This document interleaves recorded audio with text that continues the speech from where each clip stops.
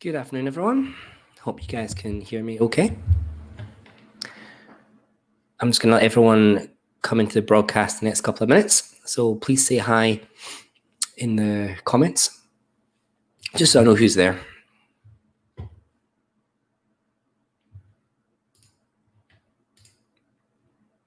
Hi, Susan. Thanks for joining.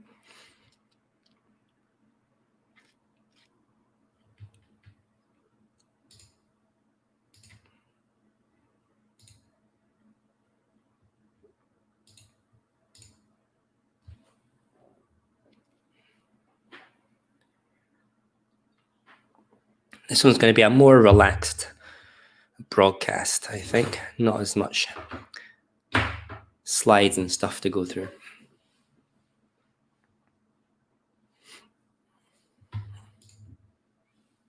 Mr. Miapus, thanks for joining us again. You're a regular.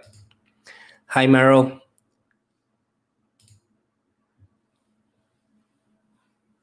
Hey, Mrs. Matthews. Hello to you.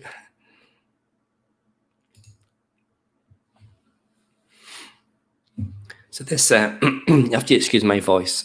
Still a little bit recovering from cold and flu. And I have no idea what's up with my camera, but it doesn't want to zoom in, and it seems to be switched to autofocus. So if I go a bit blurry, that's my camera.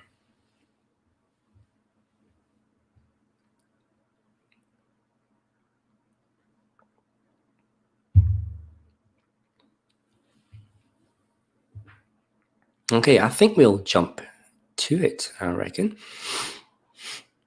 Okay, so hello and welcome to the WP Quickies series. So bite-sized WordPress tips and tricks in 30 minutes or less.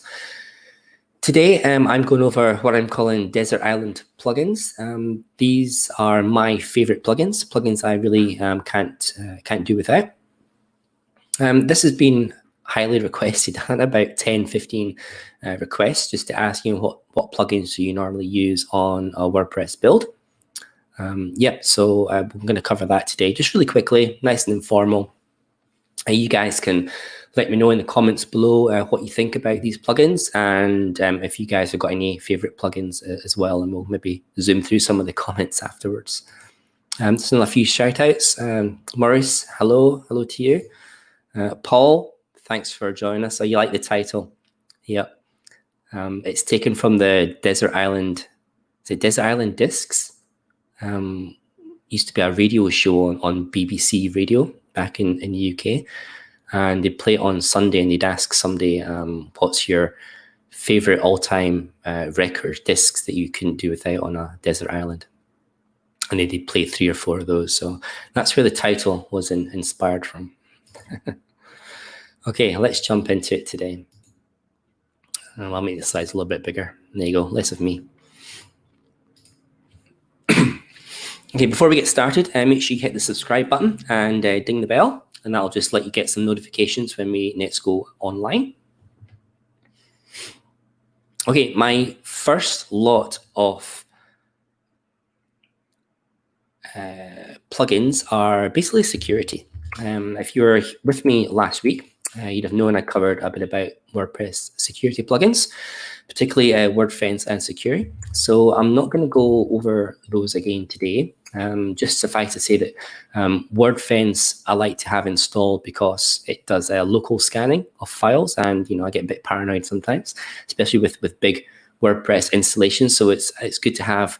I feel it's good to have something that scans all the files on my server. But there are situations where that can really bog down the server. So if it's a high load server all the time, then I want something nice and light to perform security. And so if I don't want to go with WordFence, I will then use Security as a backup. It's not as thorough, so it doesn't scan all the files on your server. It just scans all the URLs on your site. But it does have like a CDN and network security detection level, so it can actually preempt some security issues actually getting to your server in the first place, which I think is great.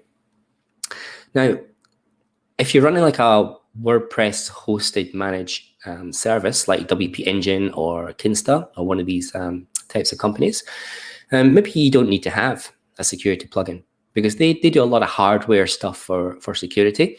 But I'd really recommend, at the very least, installing a little plugin called Limit Login Attempts Reloaded. And that's a little icon you can see on the right-hand side of the screen, the little padlock with the safe dial on it there as well. Here's a link to the plugin homepage down there. And what it really does, it just looks for people trying to automatically log in as admin or other users and trying to brute force the password. And it just records the IP address and it bans them for however long you want to set in the settings. So even although like the big security companies will have some sort of mitigation against brute force attacks, this little plugin as well just gives you a little bit more local granular control, and you can really see who's been trying to log in and what types of usernames they're trying to target. So I think that's quite useful as well to have. So definitely my top tips, top plugins to install for a new WordPress website would be security first. It'd be one of these ones, depending on the configuration I want to go with my setup. Some more highs. Gulia. Sorry if I pronounced that wrong. Yes, feeling a little bit better. Still a bit blocked up, but thanks. Elizabeth, thank you as well for the highs. Okay, next. Gravity Forms. I just love Gravity Forms. I've been an early adopter of Gravity Forms. I did, of course, when I started out my journey with WordPress back in 2008, I think it was. I came across Contact Form 7. I think a lot of people probably use that as their contact form, first of all, because it is free. And then there's a little add-on you can have that stores all the data in the database as well, so you can review the stuff. So I used that for a while, but it just doesn't do the sort of things that Gravity Forms does. Gravity Forms, for me, is like an all-in-one package. It's not just forms. So I've put in the header here, email capture and payments. So for a long time, I used Gravity Forms to actually sell stuff, sell my services. So there's a Stripe add-on and a products add-on. It just allows you to add simple products in. So if you want to sell a couple of services, a couple of really simple products, you can add them in Gravity Forms as a product with a price. It handles tax as well. You can use PayPal if you like. I just like Stripe for, I think it's a lot better than PayPal. So if you have those two add-ons, then you've basically got an e-commerce site running just using Gravity Forms. It's probably a little bit costly for the end blogging user that's maybe not getting some income coming in. So it is $199 US for a developer's license that gets you all the add-ons. But I think if you're selling stuff, you're going to make that really, really quickly back. So I think it's like a no-brainer to have. And of course, email capture. If you're serious about having a website, you really need to start capturing emails from like day one. And the best way to do that, I think, is in Gravity Forms. And it has add-ons to all the major email systems like MailChimp, ActiveCampaign, Aweber, and all those sort of places, Campaign Monitor, Drip. You can get add-ons for those, and they just seamlessly integrate into that. You can also get a Zapier add-on. So, if you're capturing anything via any form, then, you can send it out to Zapier and add that to any other system, which is fantastic. I love the drag and drop for Gravity Forms, drag and drop interface. It's getting a new skin. So version 2.5 of Gravity Forms is in beta just now. So check that out on your development sites just to have a look. It's a really nice interface on the back. It looks really cool. But I think one of the best things about Gravity Forms as well is the conditional formatting. So you can display fields and sections just based on other inputs that people have added into the form. So Gravity Forms, definitely my forms of choice, because it just does everything from capturing form data and so much more. So definitely my my favorite form one there. What's next? Advanced custom fields. I think did I do one on advanced custom fields? It might be scheduled as one to come up in advanced custom fields. What advanced custom? I've got advanced custom forms. Oh dear, that's bad. Advanced custom fields. I'll fix that. So what it does is it allows you to extend WordPress in the amount of data it captures in the editor window. So, if you want to create information, get information from the user to maybe customize colors or allow for file uploads, you can have repeater fields as well, which I think is great for, just for example, if you want to allow people to have social media links, you just add a repeater field that allows them to click a plus on the admin interface and allows them to create a field, another plus, another field, and you can just add things like that. It's got so many different types of fields that you can add. There's a Google Maps field, there's a date, time, image upload fields. There's just so much stuff in there that you can really customize your editor screen for different types of users that are logging in. And it's probably really good for if you want to do bespoke websites. So you've got a really niche website that you need to capture information from people, that can be really good. You can also use it as well for membership sites. If you've got members with different levels and different skill sets, you can get information from them and just use a custom field block to get that particular information. And all those different types of fields are there available to you. Now, the Advanced Custom Forms is a paid plugin again, and it really depends on whether you think you're going to get return of investment back for that. But I think it does so much to the interface. You can add so many different types of fields that can really enhance the editor and customer experience for people when they're logging into your website and capturing information from that. So definitely one of my favorite plugins is Advanced Custom Fields, not forms. Dear. Okay, my next one of the plugins I really can't do without, and there's debates whether this should be in the WordPress core or not, and it's Duplicate Post. And this plugin has been around for years and years. And what it allows you to do is if you're creating a lot of posts that are very, very similar, you install this plugin and you get a little link in the editor, the admin view. This allows you to duplicate the post. That's what it says on the tin. But it saves so much time. Especially if you're doing really complex type pages or complex type posts, and you just not got the time to sit and copy between them all, it's just a single link. You click on it and it duplicates that entire post. So this little plugin here, it's free, totally free.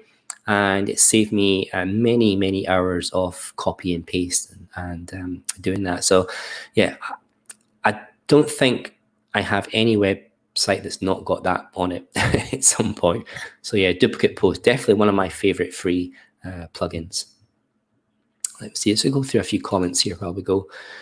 Mrs. Matthews is saying limit login attempts, installed it last week and it works well. Yeah, it's a really, really good little plugin. Clario ACF Pro is awesome. Yeah, it also allows you to build Gutenberg blocks just with PHP pretty easily, and it's also very cheap for what it is. It is very cheap. Now, a lot of people when they start off, they obviously try and use free plugins, which of course you should. And there's a little bit of hesitation about buying a plugin, and that's quite right. But I think some of these plugins here, like Gravity Forms and Advanced Custom Fields Pro, like the paid version, they offer so much stuff. If you look at what they can offer, and if you can really start using all that stuff to your advantage, just the price that they put on these is just silly. It's so cheap compared with the return of investment you're getting back with all these goodies. So please, when you're thinking about buying a plugin, just have a look at what they offer and just think about how you can make a return of investment back from that. Paul, does it duplicate pages? It does. It duplicates any post type. So in the settings, if I remember right, if you go to duplicate post settings, by default, I think it has posts set. But you can also, it'll highlight any actual posts that your website has. So you can just check all the way down. And if you save those, then when you go into that admin view, then you'll see a little duplicate link. So yeah, it doesn't just do post. It does all types of post types. Elizabeth, hard to believe WordPress hasn't made duplicate ports a standard feature. Yes, yeah, I agree. I think it should be in core. It's such a necessary thing. Yep, another +1 for duplicate post. Yep, great little plugin, super. Okay, next one is Beaver Builder. So there's kind of two page builders that are fighting it out, battling it out just now.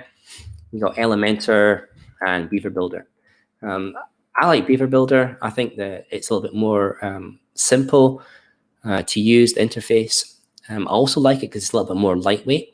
I feel that Elementor, although it's got a whole lot of stuff in there, I think it's probably got too much stuff. Like it does animations and transitions and block-ups. And, you know, I think that'd be great for an add-on. But as a core feature, I think they're probably adding a little bit too much. And it's slowed it a bit down, I think. Oh, excuse me. So Beaver Builder. Yeah, so I used to be a Genesis developer and Genesis framework. I used Genesis for maybe about 5 years. And it served me well. Genesis, for those that don't know, it's like a framework. You can build themes too. So you got like a core bunch of templates and frameworks underneath. And you basically use a lot of code. And it's very developer focused. Use a lot of code to override and enhance on the built-in framework. And of course, Genesis Studio Press, they keep that framework up to date with all the current goodies. So yeah, so I used to build with Genesis for quite a while. It is a manual process, so you are creating PHP page templates and a lot of code and overriding stuff. So although I had a whole bunch of templates from previous development, it still would take a lot of time to get up to speed on new developments. So Beaver Builder, I kind of started using Beaver Builder probably quite late, probably like last year, maybe end of last year. And absolutely just love it now. I think the amount of stuff that you can create with the page builders and the amount of time that you can save, I think just pays for maybe that little bit of performance you could get by coding the themes directly in PHP. So, I mean, I can bang out a site in a good 3 or 4 days, like a real professional site using Beaver Builder with all the fancy layouts and stuff. That would probably take me 3 or 4 weeks to do in Genesis, doing it by hand-coded PHP templates. So yeah, I think page builders are definitely the way to go, but a little bit of caution as well, because, you know, they are throwing so much stuff into the page builders, you know, especially like Elementor. You just need to be careful that it's not dragging your site down too much. I mean, don't go using a page builder if you're only going to be using 3 or 4 of the modules. You know, try and stick to a nice lean theme. And maybe Gutenberg, and using the Gutenberg blocks to replicate that rather than use a theme builder. I have a question from Laura. Excuse me. What do you think of Oxygen? Okay, they said they're lightest among the page builders available on the market. Yep. So the CEO, the guy in charge of Oxygen, he approached me year and a half ago, I think, and gave me a couple of free licenses for Oxygen just to go and evaluate it and have a look. And, you know, it's not bad. I wasn't a particular fan of the interface, and I found it a little bit buggy, but that was a year and a half ago. So they've probably made some updates since then. Hand up, I haven't tried it in over a year since I initially had a look at it. But I think back then it wasn't up to the same standard as Elementor and Beaver Builder. In fact, I think mostly it was Beaver Builder I was judging against, because Elementor was like brand new onto the scene back then.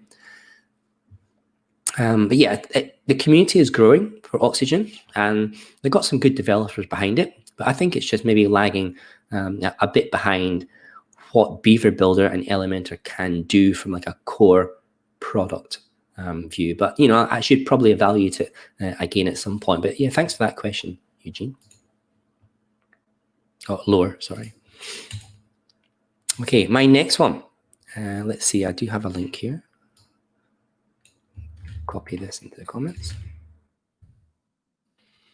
My next one is Easy Digital Downloads. Now, that might surprise a few people, and I have mentioned this at Meetup a few times. Easy Digital Downloads, the basic plugin is free, and it works with PayPal. So if you're a PayPal user, then you can use that combo for free. However, I'm a Stripe person. I like the Stripe backend. I like the security it gives you, the control. So I always use it with the Stripe plugin, which does cost a fair bit. You're talking like hundreds of dollars. So it's maybe something you wouldn't maybe use until you've got like a good number of products or services to sell. And if you haven't heard of Easy Digital Downloads, what it basically does is it allows you to it's basically an e-commerce platform, and it allows you to sell digital downloads, PDFs, images, and stuff right out of the box. But there's heaps of add-ons you can get for it. There's one called Easy Digital Downloads as a Service. So it gets rid of all the product type of things like SKUs and weight, dimensions, all that sort of stuff. And it allows you to sell services. So if you're doing a graphic design, if you're a copywriter, you can use Easy Digital Downloads for free, the PayPal for free, get the Easy Digital Downloads as a service. That's a free add-on as well. And there you've basically got an e-commerce solution. And the reason I like Easy Digital Downloads is the back end is really, really nice. So you get you can see all the customers, you can see all your products, all your purchases, like income, revenue. So it's got all the graphs and stuff like that. And there's lots of add-ons you can get as well to make the customer experience really good. For example, there's an add-on called PDF downloads, PDF invoices. So you can set up a real professional system whereby, somebody buys something, it sends you off a PDF invoice, just like the big shops and the big sites do. But I especially like the Zapier add-on, because I think with if a plugin allows us Zapier integration, I think you can really do pretty much anything. So when I'm looking for paid and big plugins that I want to drive functionality from a website, I always look to see if they've got a Zapier add-on, because that just opens up what you can do by so much. So, for example, in one of my sites, I sell a couple of checklists and things like that. So they purchase them through Stripe, and then I use Zapier to put that into my campaign monitor. It was Active Campaign, I think I use. And that adds them onto particular lists, and then adds them onto email workflows. All within Zapier. So Easy Digital Downloads, definitely my kind of choice for e-commerce over WooCommerce. So I think if you've got lots and lots of products that you sell, like physical products, WooCommerce is probably still a pretty good choice. But if you've got like a mix of things, if you've got a mix of service type, digital downloads, and products as well, my go-to would be Easy Digital Downloads for that. That's just another question there. Elizabeth, how about Avada's Fusion Builder? What do you think of it? There you go. That's my thoughts. Not as good as the others. Okay, here is another one. I probably should have put this with security, actually. I maybe got this a little bit out of order. It was late last night when I was putting them together. So Google Authenticator. So I guess bundled in with security. This is on all my websites, all my client websites. I've persuaded all my clients to go down the 2FA route as well. If you don't know what 2FA is, it's basically having something else like your mobile phone. You have an app on that, and it generates a code, and that's the little graphic on the right-hand side there. And then when you come to log into your website, it's got obviously your username and password, but underneath that, it's got the code. So the whole idea behind 2FA is that even if someone has guessed your username and guessed your password, unless they have your actual phone or token or whatever you're using, then they still can't get into your website. So I would definitely recommend everyone to start using 2FA. It's really, really good. And I mean, if your phone dies, then you can get back. You can generate backup codes and store them securely, and use it like a one-time code. So you can get back in, or of course, just disable the plugin using the file manager and cPanel. And so you do that. So definitely have a look at this 2FA. The link there, it's a free plugin, and the Google Authenticator app is free as well. Joey, you like EDD? Yep, +1 for EDD there. Sorry, the comments are a little bit delayed, so sorry about that. My next one is Yoast. I mean, almost everyone knows about Yoast. It was probably one of the first SEO plugins, definitely one of the, I think it is the biggest plugin download in the plugin repository. So it basically handles all site SEO. So all your meta descriptions, your meta titles, all your redirects as well, if you need to redirect to, if you're moving stuff around in your site, sitemaps, page links, breadcrumbs, your social links as well. So if you're trying to post your website to, so your post to Twitter and Facebook and LinkedIn, there's little social icons in there that you can specify like different pictures and different titles and descriptions, and just so that it makes sure that they look nice on the different social networks when you're sharing it. It also comes with Facebook OG Open Graph as well, just to make sure that Facebook is grabbing all the right data from your posts. So really, really handy. The main web plugin is free. And then if you want to purchase the Pro one, then you get extra stuff like schema links and page analysis and things like that. So Yoast, I like Yoast. A lot of people got a bit miffed off with them. They went a bit crazy with the color scheme, maybe about a year and a half, a couple of years ago. And then I think just at the beginning of this year, they basically forced a big marketing banner on the top of the entire websites that ran Yoast, which didn't get them very many favors, but they did do a big sorry for that. But from functionality wise, it does a lot of things, and a lot of things for free. There is an alternative one out there called SEO Press. I'll put it there. I don't have the link for there, but I think it's just seopress.com. My colleague, James Cardamy, one of the other organizers for the WordPress meetup, he swears by that one. And it is a lot cheaper than the Pro version of Yoast. So it's only about $40 a year, and it gives you pretty much everything that the Yoast Pro or Premium gives as well. So I've not used it, the SEO Press, but yeah, James, my colleague, he swears by it. So it's heaps better than Yoast. Let's see, question here. Daniel, have you tried SEO Framework compared to Yoast? I see a lot of performance complaints about Yoast. Yeah, Yoast is a bit up and down. It's got a couple of back-end features. Every now and again, it'll ask you to do like a performance sweep, and it basically looks through all your posts, and it's trying to bring in related content.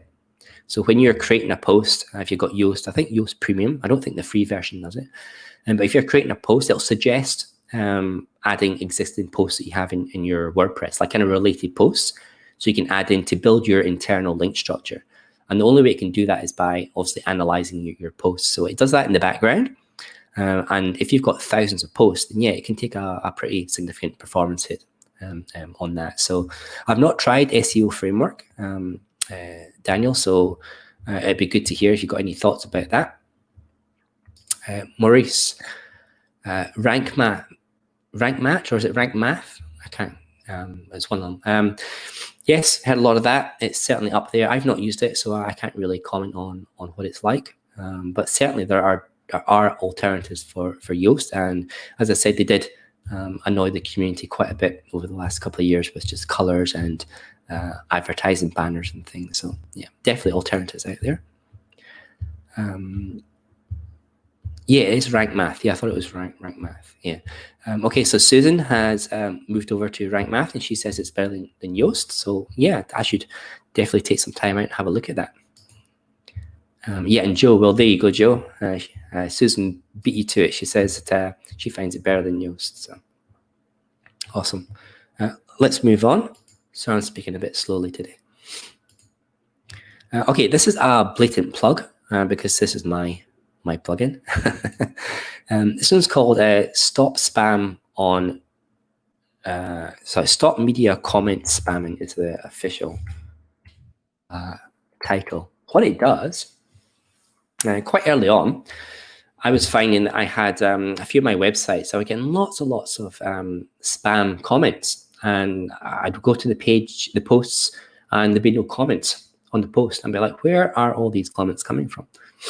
So after a bit of digging, I found that every time you add an attachment, so in the media library, every time you're loading an image or a PDF or other kind of document to there, it creates that attachment as a post. Everything's a post in WordPress. So it's a post of type attachment, and it creates a page for each of these attachments. And by default, those pages have comments. So every time you're adding a picture or something to the media library, you're creating a post with a comment field. So people were finding those particular posts, and they're just adding all that spam comment within the attachment post. So this little plugin here, it's just a few lines of code. All it does is it has a look for the attachment type, and it stops all the commenting on those particular post types. So that means that every time you now upload an image, there's no comment fields for that. People can't spam that on your website. So yeah, it is my plugin, but I've got it on all my sites and my client sites as well. Okay. The last one, I think this is the last one, is backups. Again, kind of under security, but I guess a little bit distinct as well. So I used to use WordPress for years and years as backup. And I really like it, and I still like WordPress. I think it's great. It does daily backups or real-time backups. So if you've got an e-commerce site, then you can have real-time backups, which I think is fantastic. However, as of last year, they have moved WordPress away from just a single backup solution into Jetpack. I mean, everything's moving into Jetpack. WordPress will be in Jetpack soon as a module, I think. Sorry about that. A little bit of a whinge. But yeah, so now instead of just going to WordPress and buying a serial key, uploading the plugin, entering the key, and that's your backups done, now you've got to install Jetpack. And you can't just install Jetpack. You've got to get like a Jetpack pack, which comes with a Kismet or security or all this extra stuff. So basically, you can't just buy backups, and you can't just use WordPress as a backup. So I was a bit annoyed about that because I liked WordPress. It did exactly what I wanted to do. It did backups. But now, as I say, it's all moved into Jetpack. I'm not a big fan of Jetpack. I think it's complete bloat. There's so much stuff in there that you would never ever need to use, and yeah, I think it's not an abomination to be honest. A bit strong, but yeah, I'm not a huge fan of Jetpack at all. I think you should have one plugin that does one thing and do that one thing really, really well. So rant over. Sorry about that. So my backup choice just now is Updraft Plus. And so I really, really like Updraft. The basic version, a free version, will allow you to back up your backups to FTP or Amazon or Drive or Dropbox or something like that. So you can definitely use it for free. But I really like the Pro version because the Pro version does incremental backups. And if you don't know what incremental backups are, it means that rather than take the whole file and transfer that to the backup site, it has a look for changes. And if a file has changed, then it'll back it up. If it's not changed, it just leaves it be. And that really reduces the amount of time backups take. I think that's fantastic. The Pro version as well has lots of bells and whistles, and they also offer 1 gigabyte of their online storage. So if you don't want to store things on your own accounts, you can certainly get that within the price. And it's pretty cheap. I think it's about $80 for the initial license, and then half that's about $40 per year to renew. And I think the basic package has a 2-site license in there, so really good value for money. I've been using it for about a year now on all my sites, my customer sites as well. And yeah, really good. Never had a problem with restoring either. Yeah, it just seems to work, and it's pretty low performance as well for the Pro version, certainly. So I think that's the last one. Let me just jump in a couple of comments. Joey. Okay. Sorry, guys, I'm a bit blocked up. How many plugins are too many, do you think? I use about 16. You can't reduce them any further, as these are all must-haves to me. Yeah, so I get this question an awful lot at the meetup. So when we're talking about plugins, how many plugins are too many plugins? And there's no real easy way to answer that. It really depends on what the plugins do, like their size and their functionality. For example, my little plugin, the Stop Media Spam there, it literally is only like 10 lines of PHP code. So if you had 100 plugins like that, it's not going to have any significant impact on your website. However, if you have my little plugin plus WooCommerce, then suddenly your performance is going to go down because WooCommerce does a lot of things. If you add WooCommerce and Jetpack and Yoast in, then yeah, you're going to see your website resources go down because they're doing so much stuff in the back. So really the question is not how many plugins are too many, but what complexity of the plugins that you have installed do you need? So for example, if you have Jetpack installed, but you're only using Jetpack for backups, then you don't need all security, you don't need the CDN, you don't need the spam control, you don't need galleries, you don't need full screen galleries, you don't need all the other stuff that comes with Jetpack if you're just using it for backups.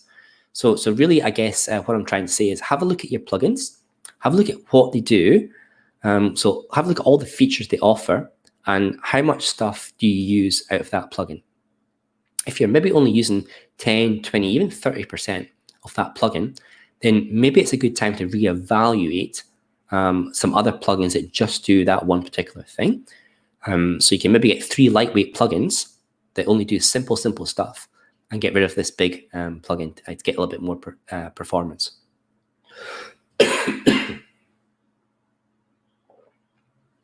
So I hope that answered your question, Joey. Lower, what plugin do you recommend for image optimizer? None. I would recommend you do image optimization on your local PC before it hits WordPress. There's heaps of tools out there for Mac and Windows as well. There's one called PNG Gauntlet. There's a JPG Optimizer. There's Smush tools that you can download as binaries and apps onto your local machine. But yeah, definitely don't do processing of images on WordPress. It just takes time. It's just a bit lazy, really. So when you're preparing your image files, resize them, get rid of all the quality and optimize them on your local machine, and then drag them up into your media library. And you'll save your site a lot of time and resources. Okay, next week, that's all the questions, by the way. All right, next week, hopefully I'll be a little bit better and be able to speak properly. Next week, we're going to be doing fix WordPress emails. So this one's been a suggested one that's come in from a couple of users. There's quite a few times where you just don't receive emails from WordPress or you don't know what's happening with it.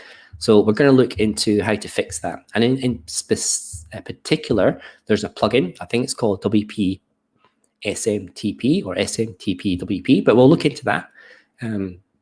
Get that set up. Have a look at all the settings, see what it does. And let's offload PHP mail from the server and get it actually written through proper email services. So if that's something that interests you for next week, then you can join in for that. If you have any other suggestions as well, there's a link to a Google form here, a QR code, and it's also in the description down below in the video. Please hit me up with some suggestions for more WP Quickies, so I can just schedule those up in the next coming weeks, and that'd be great.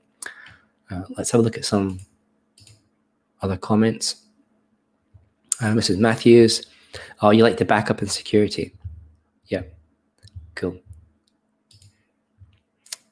Galia, for backups, would you suggest going through the hosting service or still use additional plugins?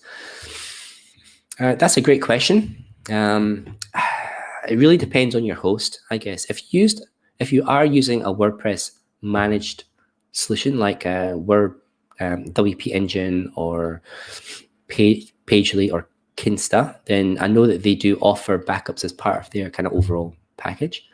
I would think for most other hostings like SiteGround that don't deal just specifically with WordPress, you're kind of getting into maybe they're going to back up not just your site, but your kind of cPanel profile thing as well. And then they're probably going to charge you a heap of money to restore that as well. So I guess it really is up to you. Have a look at your host, see what types of backups to do. Is it just the files? Is it just the WordPress? Is it your kind of cPanel account? Ask them how much they charge for restore and how quickly they keep the backups for, because retention is key for backups.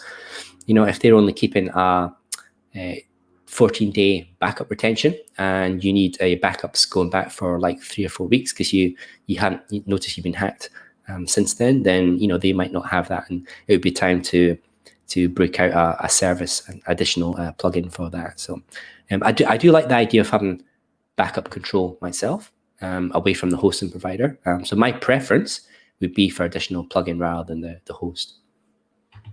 Yeah, great question. Joey says, if no file is appearing in Pingdom Tools results page, then plugin isn't affecting the loading time on the front end, correct? Not necessarily. I understand where you're coming from. So you're thinking about loading files from plugin, like external files like CSS and JavaScript. That's true in one sense. However, when plugins load, they load on a WordPress hook called init or admin init for init and plugins loaded, and they can do a lot of processing just on that kind of initial going through. They can like check database tables, they can check log files, they can do lookups on the database. So while they might not be loading in external files like CSS or JavaScript, plugins can still do a lot of processing on like a page refresh. And it might not be anything to do with that page. It just might be that that's the way the developer has created it, just to make sure the plugin has all the information that it needs to perform its task. So yeah, that time where you get the very first time to byte in Pingdom, when you get that kind of long bit, that's WordPress initializing itself. It's running through the WordPress water flow. So it's starting up things, it's starting up all the plugins, it's initializing all the plugins, it's then looking at the theme. So it's going through all that process before it then starts to render out the page. No would be my answer, Joey. Laura, thanks. Alan. Yeah, I think I answered that, Alan, from the other persons there. So when you back up cPanel, you're backing up everything, accounts, mail, DNS, all that sort of stuff. So I think just having files backed up with WordPress is much better than just cPanel backups. You're welcome, Susan. You're welcome, Meryl. That's my details on there. Peter, thanks for joining, guys. Okay, great. Okay, that's it. Went over a little bit. Thanks very much for joining, and we will see you guys next week. I'll end the broadcast. Okay, bye.